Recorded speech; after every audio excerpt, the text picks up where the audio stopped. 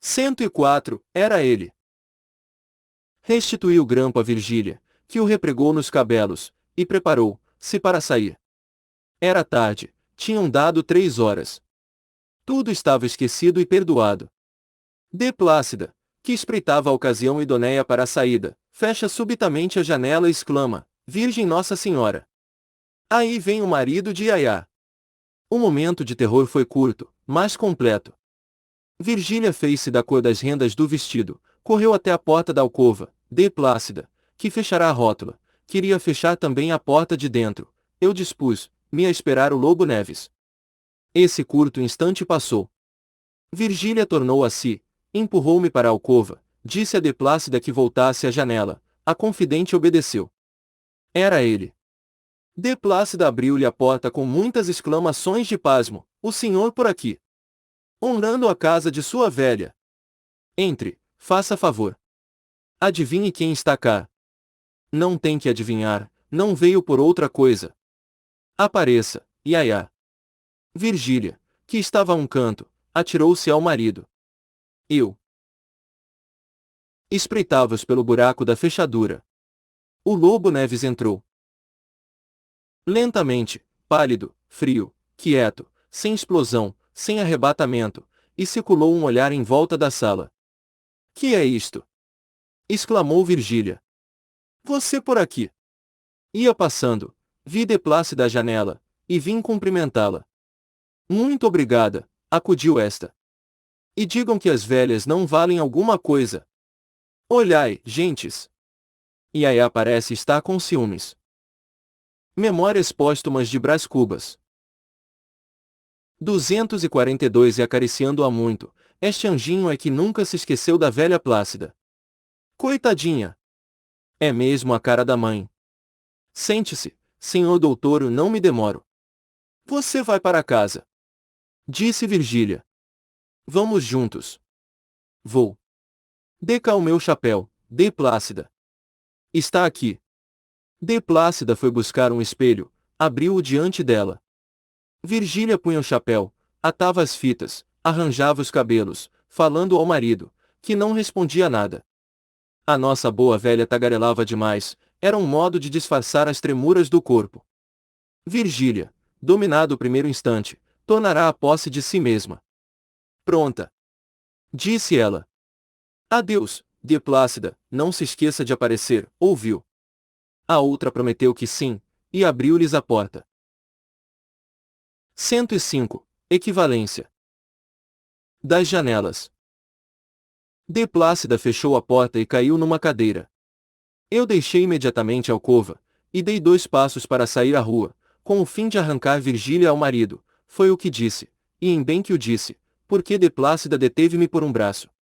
Tempo houve em que cheguei a supor que não dissera aquilo senão para que ela me detivesse, mas a simples reflexão basta para mostrar que, depois dos 10 minutos da alcova, o gesto mais genuíno e cordial não podia ser senão esse. E isto por aquela famosa lei da equivalência das janelas, que eu tive a satisfação de descobrir e formular, no capítulo 51. Era preciso arejar a consciência. A alcova foi uma janela fechada, eu abri outra com o gesto de sair, e respirei. 106. Jogo perigoso. Respirei e sentei-me. D. Plácida atroava a sala com exclamações e lástimas. Eu ouvia, sem lhe dizer coisa nenhuma, refletia comigo se não era melhor ter achado Virgília na alcova e ficado na sala, mas adverti logo que seria pior, confirmaria a suspeita, chegaria o fogo à pólvora, e uma cena de sangue. Foi muito melhor assim. Mas depois. Que iria acontecer em casa de Virgília? Matá-la-ia o marido. Espancá-la-ia. Encerrá-la-ia. Expulsá-la-ia. Estas interrogações percorriam lentamente o meu cérebro, como os pontinhos e vírgulas escuras percorrem o campo visual dos olhos enfermos ou cansados. Iam e vinham, com o seu aspecto seco e trágico, e eu não podia agarrar um deles e dizer, és tu, tu e não outro. De repente vejo um vulto negro, era D. Plácida, que fora dentro, enfiara a mantinha, e vinha oferecer-se-me para ir à casa do Lobo Neves. Ponderei que era arriscado, porque ele desconfiaria da visita tão próxima. Sossegue, interrompeu ela, eu saberei arranjar as coisas. Se ele estiver em casa não entro. Saiu, eu fiquei a ruminar o sucesso e as consequências possíveis. Ao cabo, parecia-me jogar um jogo perigoso, e perguntava a mim mesmo se não era tempo de levantar e espairecer. Sentia-me tomado de uma saudade do casamento, de um desejo de canalizar a vida. Por que não? Meu coração tinha ainda que explorar, não me sentia incapaz de um amor casto, severo e... Memórias póstumas de Brás Cubas. 245 puro. Em verdade, as aventuras são a parte torrencial e vertiginosa da vida, isto é, a exceção. Eu estava enfarado delas, não sei até se me pungia algum remorso. Mal pensei naquilo, deixei-me ir atrás da imaginação, vi-me logo casado, ao pé de uma mulher adorável, diante de um baby, que dormia no regaço da ama, todos nós no fundo de uma chácara sombria e verde, a espiarmos através da chácara uma nesga do céu azul, extremamente azul. 107. Bilhete. Não houve nada, mas ele suspeita alguma coisa, está muito sério e não fala, agora saiu. Sorriu uma vez somente, paranhonho, depois de o fitar muito tempo, carrancudo. Não me tratou mal nem bem. Não sei o que vai acontecer, Deus queira que isto passe. Muita cautela, por ora, muita cautela. 108. Que não se entende. Eis aí o drama, eis aí a ponta da orelha trágica de Shakespeare. Esse retalhinho de papel, garatujado em partes, machucado das mãos, era um documento de análise, que eu não farei neste capítulo, nem no outro, nem talvez em todo o resto do livro. Poderia eu tirar ao leitor o gosto de notar por si mesmo a frieza, a perspicácia e o ânimo dessas poucas linhas traçadas à pressa, e por trás delas a tempestade de outro cérebro, a raiva dissimulada, o desespero que se constrange e medita, por que tem de resolver-se na lama ou no sangue, ou nas lágrimas.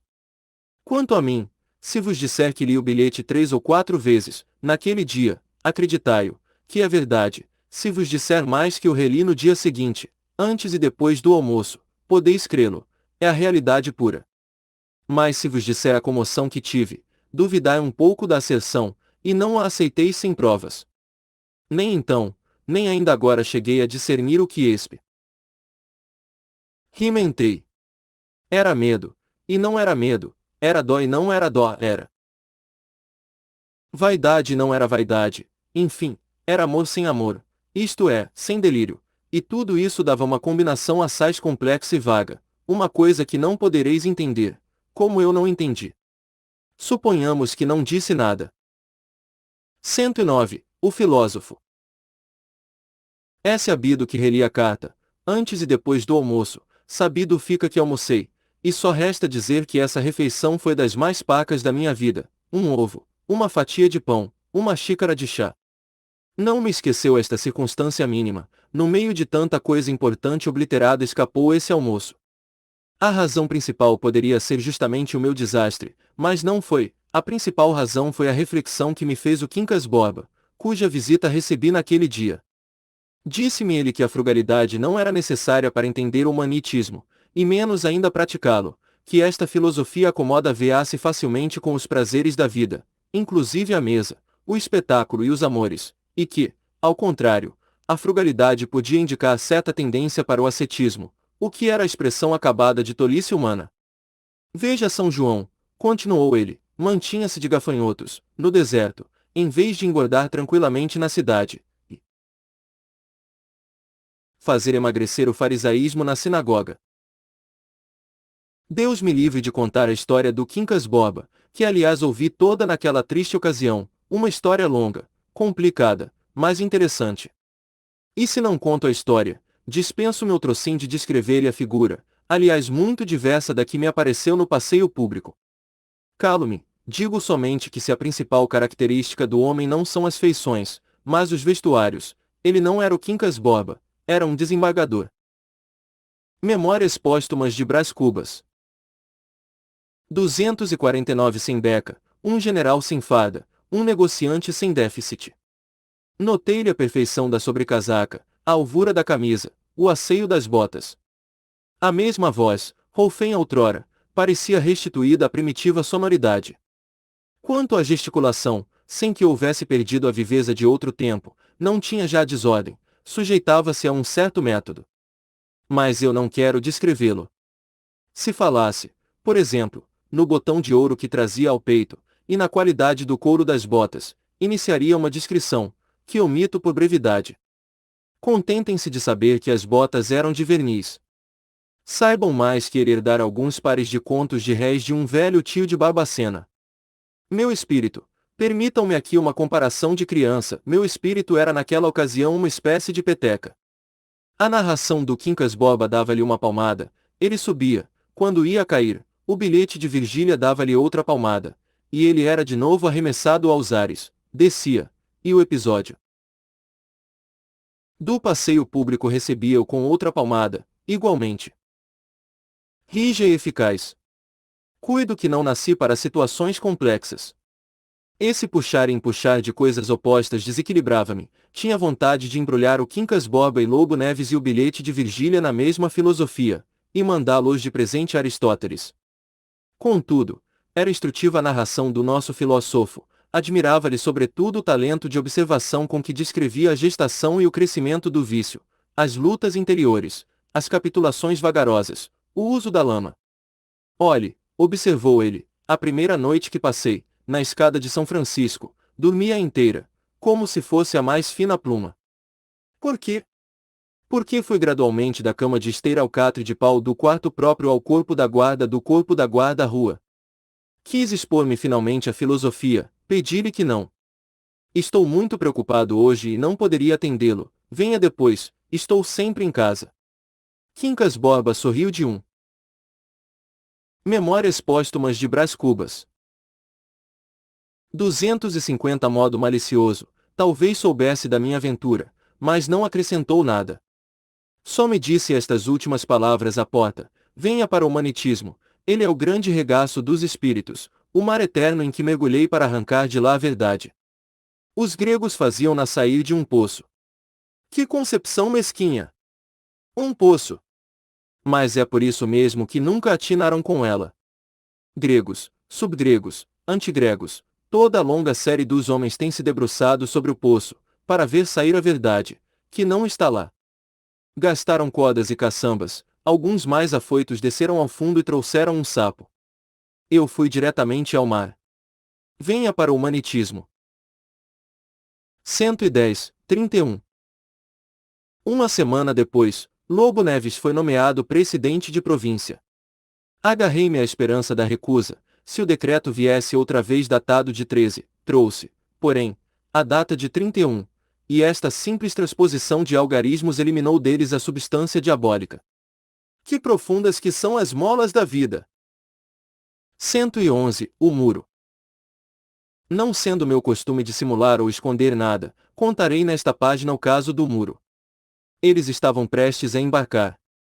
Entrando em casa de Deplácida, vi um papelinho dobrado sobre a mesa, era um bilhete de Virgília, dizia que me esperava à noite, na chácara, sem falta. E concluía: o muro é baixo do lado do beco. Fiz um gesto de desagrado. A carta pareceu-me descomunalmente audaciosa, mal pensada e até ridícula. Não era só convidar o escândalo, era convidá-lo de parceria com a risota. Imaginei-me assaltar o muro, embora baixo e do lado do beco, e, quando ia galgá-lo, via-me agarrado por um pedestre de polícia, que me levava ao corpo da guarda. O muro é baixo. E que tinha que fosse baixo? Naturalmente Virgília não soube o que fez, era possível que já estivesse arrependida. Olhei para o papel, um pedaço de papel amarrotado, mas inflexível. Tive comichões de o rasgar, em 30.000 pedaços, e atirá-los ao vento, como o último despojo da minha aventura, mas recuei. Há tempo, o amor próprio, o vexame da fuga, a ideia do medo. Não havia remédio senão ir. Diga-lhe que vou. Aonde? Perguntou Deplácida. Onde ela disse que me espera. Não me disse nada. Neste papel. Memórias póstumas de Brás Cubas. 253. Deplácida arregalou os olhos, mas esse papel, achei-o hoje de manhã, nesta sua gaveta, e pensei que tive uma sensação esquisita. Reli o papel, mirei-o, remirei-o, era, em verdade, um antigo bilhete de Virgília, recebido no começo dos nossos amores, uma certa entrevista na chácara, que me levou efetivamente a saltar o muro, um muro baixo e discreto. Guardei o papel e tive uma sensação esquisita. 112. A opinião. Mas estava escrito que esse dia devia ser o dos lances dúbios. Poucas horas depois, encontrei Lobo Neves, na rua do Ouvidor, falamos da presidência e da política.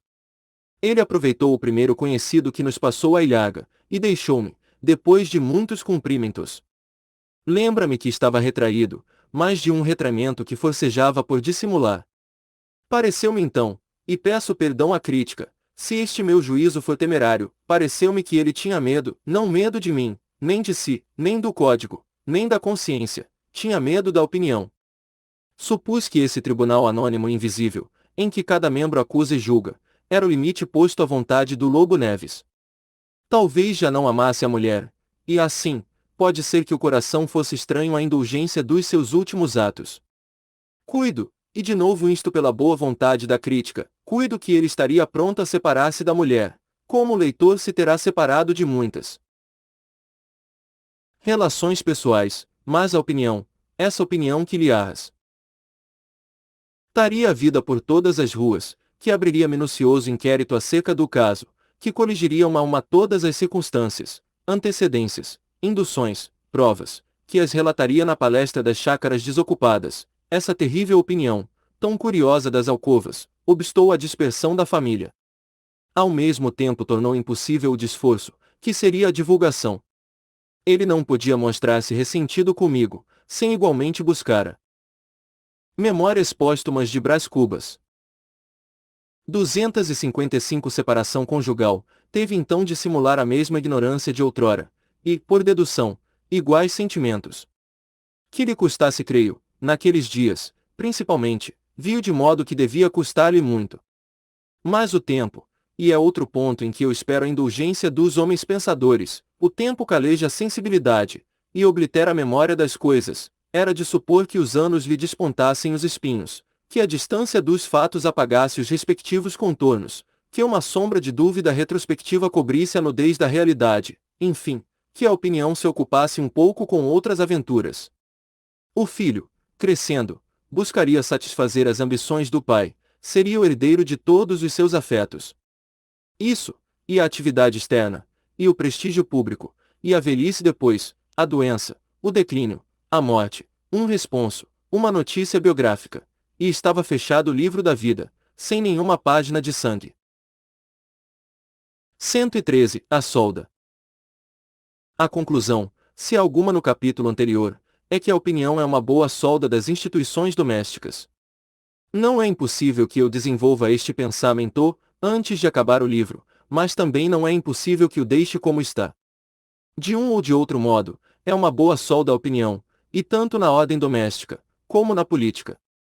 Alguns metafísicos biliosos têm chegado ao extremo de a darem como simples produto da gente xoxa ou medíocre, mas é evidente que, ainda quando um conceito tão extremado não trouxesse em si mesmo a resposta, bastava considerar os efeitos salutar-reis da opinião, para concluir que ela é a obra superfina da flor dos homens, a saber, do maior número.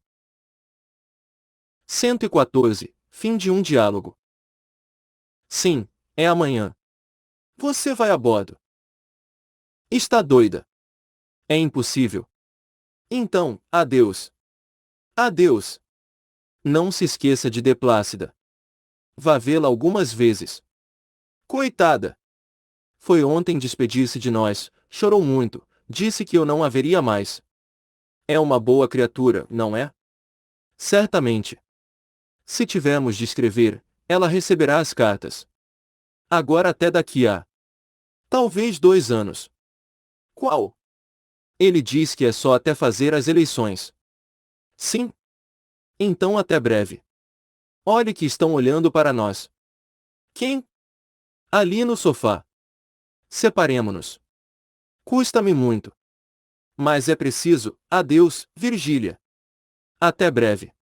Adeus. 115. O almoço. Não a vi partir, mas a hora marcada senti alguma coisa que não era dor nem prazer, uma coisa mista, alívio e saudade, tudo misturado, em iguais doses. Não se irrite o leitor com esta confissão.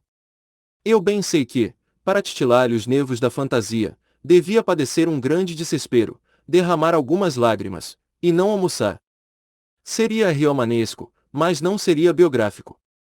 A realidade pura é que eu almocei, como nos demais dias, acudindo ao coração com as lembranças da minha aventura, e ao estômago com os acepipés de M. Proudhon velhos do meu tempo. Acaso vos lembrais desse mestre cozinheiro do Hotel Faroux, um sujeito que, segundo dizia o dono da casa, havia servido nos famosos Ver e Verfo, de Paris, e mais nos palácios do Conde Molé e do Duque de La Rochefoucauld. Era insigne. Entrou no Rio de Janeiro com a polca. A polca, M. Proudhon, o Tivoli, o baile dos estrangeiros, o cassino, eis algumas das melhores recordações daquele tempo, mas sobretudo os acepipes do mestre eram deliciosos. Eram, e naquela manhã parece que o diabo do homem adivinhara a nossa catástrofe. Jamais o engenho e a arte lhe foram tão propícios. Que requinte de temperos!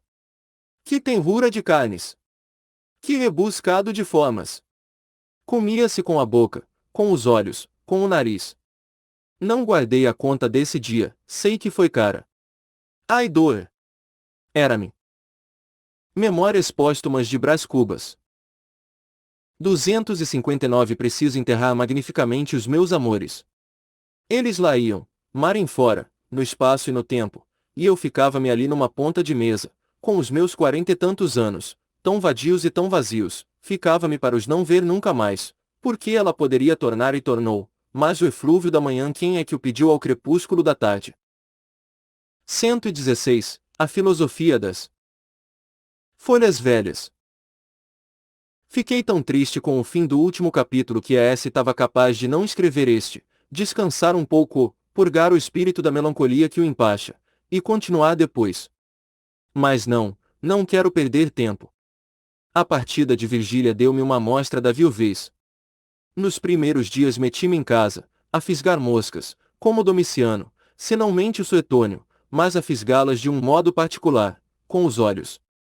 Fisgava-as uma a uma, no fundo de uma sala grande, estirado na rede, com um livro aberto entre as mãos. Era tudo, saudades, ambições, um pouco de tédio, e muito devaneio solto. Meu tio cônego morreu nesse intervalo, item, 2 primos. Não me dei por abalado, levei-os ao cemitério, como quem leva dinheiro a um banco. Que digo?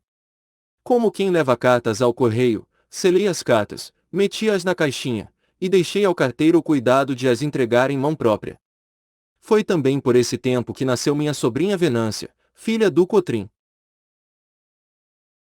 Morriam uns, nasciam outros, eu continuava as moscas. Outras vezes agitava-me. Ia às gavetas, entornava as cartas antigas, dos amigos, dos parentes, das namoradas, até as de Marcela, e abria-as todas, lia-as uma a uma, e recompunha o pretérito. Leitor ignaro, se não guardas as cartas da juventude, não conhecerás um dia a filosofia das folhas velhas, não. Memórias póstumas de Brás Cubas. 261 Gostarás o prazer de ver-te, ao longe, na penumbra, com um chapéu de 3 bicos, botas de 7 léguas e longas barbas acirrias, a bailar ao som de uma gaita anacreôntica. Guarda as tuas cartas da juventude. Ou, se te não apraz o chapéu de 3 bicos, empregarei a locução de um velho marujo, familiar da casa de Cotrim, direi que, se guardares as cartas da juventude, acharás ocasião de cantar uma saudade. Parece que os nossos marujos dão este nome às cantigas de terra, entoadas no alto mar. Como expressão poética, é o que se pode exigir mais triste. 117. O humanitismo. 2 forças, porém, além de uma terceira, compelia-me a tornar a vida agitada do costume, Sabina e Quincas Borba. Minha irmã encaminhou a candidatura conjugal de Nhã Loló de um modo verdadeiramente impetuoso. Quando dei por mim estava com a moça quase nos braços. Quanto ao Quincas Borba, expôs-me enfim o humanitismo, sistema de filosofia destinado a arruinar todos os demais sistemas. Humanitas, dizia ele, O princípio das coisas não é outro senão o mesmo homem repartido por todos os homens. Conta três fases humanitas: a estática, anterior a toda a criação; a expansiva, começo das coisas; a dispersiva, aparecimento do homem; e contará mais uma, a contrativa, absorção do homem e das coisas.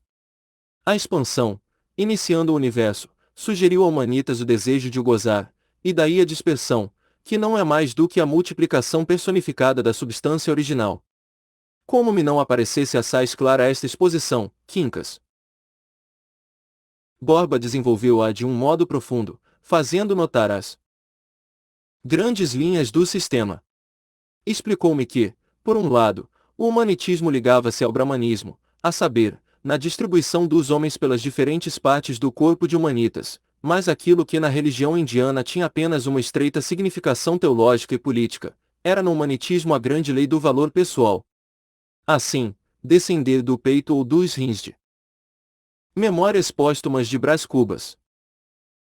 263 humanitas, isto é, ser um forte, não era o mesmo que descender dos cabelos ou da ponta do nariz. Daí a necessidade de cultivar e temperar o músculo. Hércules não foi senão um símbolo antecipado do humanitismo.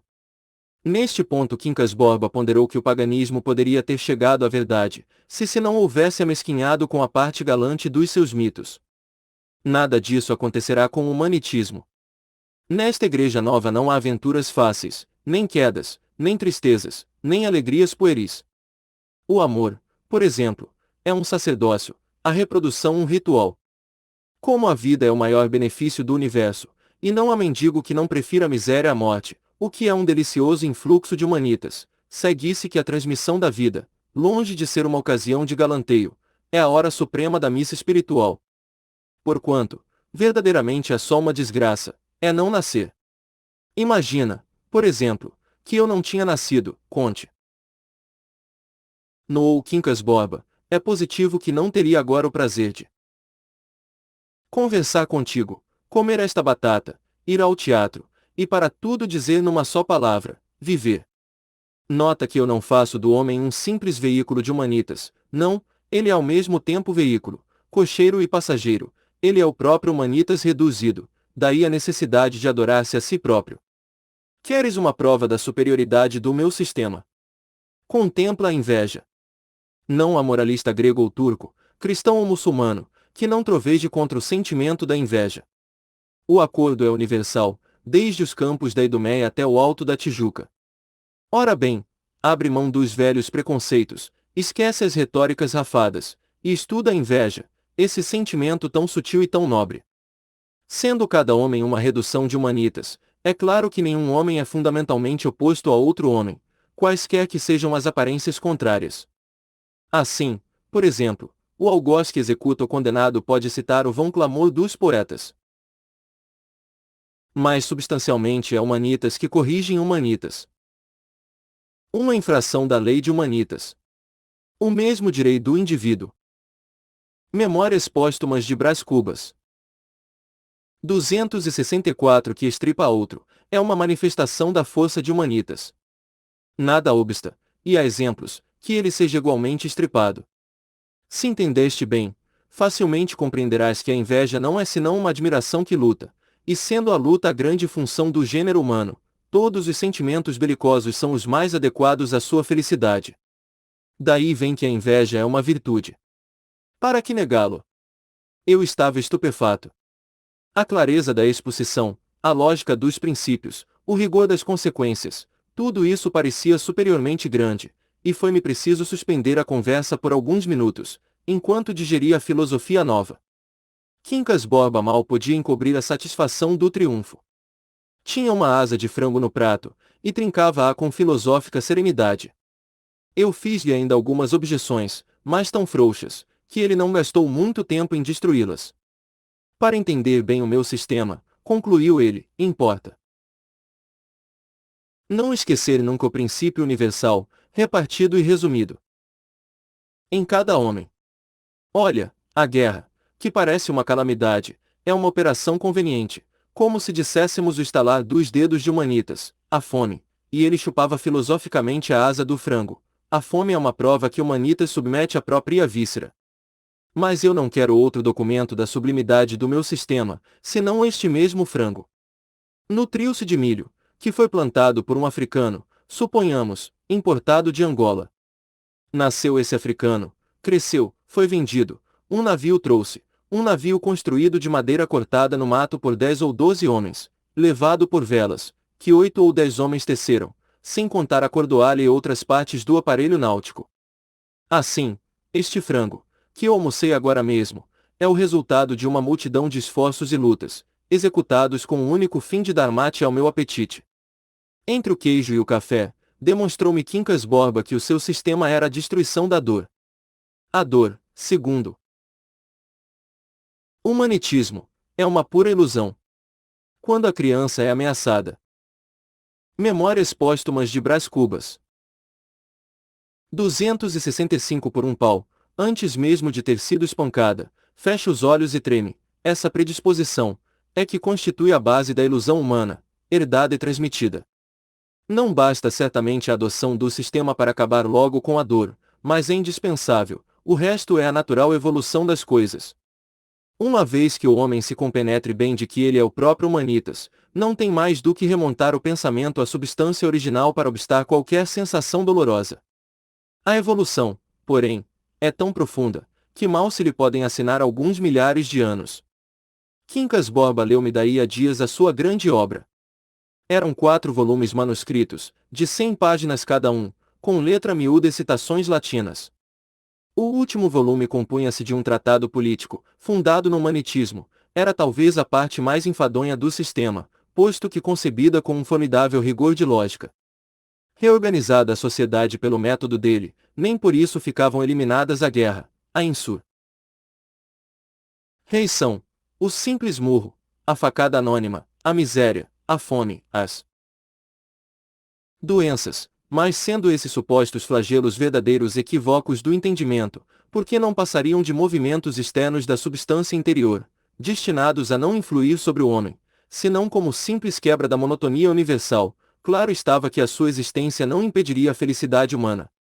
Mas ainda quando tais flagelos, o que era radicalmente falso, correspondessem no futuro à concepção acanhada de antigos tempos, nem por isso ficava destruído o sistema, e por 2 motivos. 1 graus porque sendo humanitas a substância criadora e absoluta, cada indivíduo deveria achar a maior delícia do mundo em sacrificar-se ao princípio de que descende. 2 graus porque, ainda assim, não diminuiria o poder espiritual do homem sobre a terra, inventada unicamente para seu recreio dele, como as estrelas, as brisas, as tâmaras e o ruibarbo.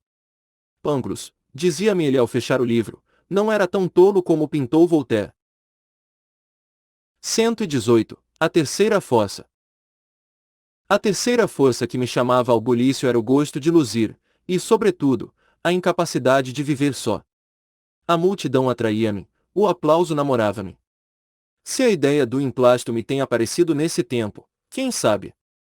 Não teria morrido logo e estaria célebre. Mas o emplasto não veio. Veio o desejo de agitar-me em alguma coisa, com alguma coisa e por alguma coisa,